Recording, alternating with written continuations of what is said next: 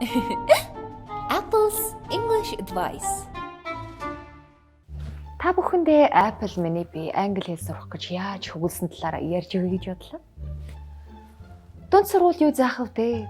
Их сургууль ч гэсэн адилхан. Юу ч сураагүй нэг л мэдхэд 14 жилийг артаа өнгөрөөцсөн.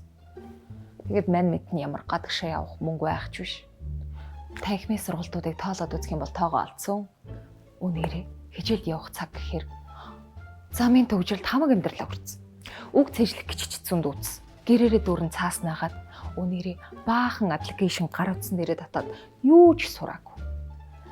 Ястай л янз янзаар үзсэн те. Гэхдээ англи хэлийг би шинжлэх ухаан гэж бодсон юм шиг байна. Гэтэл яг үүндээ юу хийсэн гэж зүгээр л өдөр тутмын хэрэглээ. Гэхдээ биш те. Англи хэл сурна гэдэг чинь яг фитнес шиг өдөр бүр 30 минутыг зарцуулаад яриад сурчдаг юм хэлээ шүү дээ. Үгүй тэгээ та нар минь ингээд эртхэн хэлчихгүй дээ. Намайг зовоогоод.